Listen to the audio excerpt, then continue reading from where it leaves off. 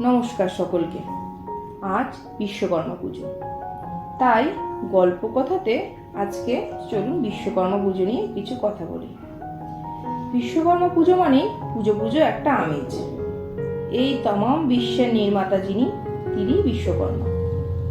বিশ্বকর্মা পুজো আর আকাশে ঘুড়ি উড়বে না, এটা ছোটবেলায় ভাবনারও অতীত ছিল।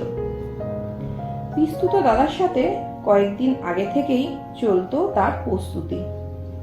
সারা দুপুর জেগে টিউবলাইট গুঁড়ো করে বিশেষ বিশেষ পদ্ধতিতে ছাদে বসে বসে ঘুড়ির মাঞ্জা দিতাম। সত্যি দিনগুলো যেন চোখের পলকে কোথায় হারিয়ে গেল।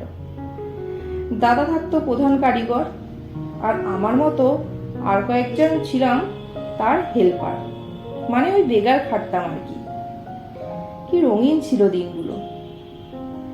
জন্ম থেকে মৃত্যু অবধি মানুষকে তার জীবন অতিবাহিত করতে হয় কর্মের মাধ্যমে। এটাই তার সম্বল পরজন্মের। আর এই কর্মের নির্মাতা যিনি, তিনি বিশ্বকর্মা। জানেন, আমার কালিয়া অর্থাৎ জগন্নাথের দেহপিঞ্জরের সৃষ্টিকর্তাও কিন্তু ব্রহ্মপুত্র বিশ্বকর্মা। কি অপরূপ সৃষ্টি, তাই না? এই রকম কায়া যা দেখলে কোথায় যেন হারিয়ে যেতে মন চায়। এমন অদ্ভুত দুটো চোখ, যেখানে গোটা বিশ্ব ব্রহ্মাণ্ড অবস্থান করে আছে।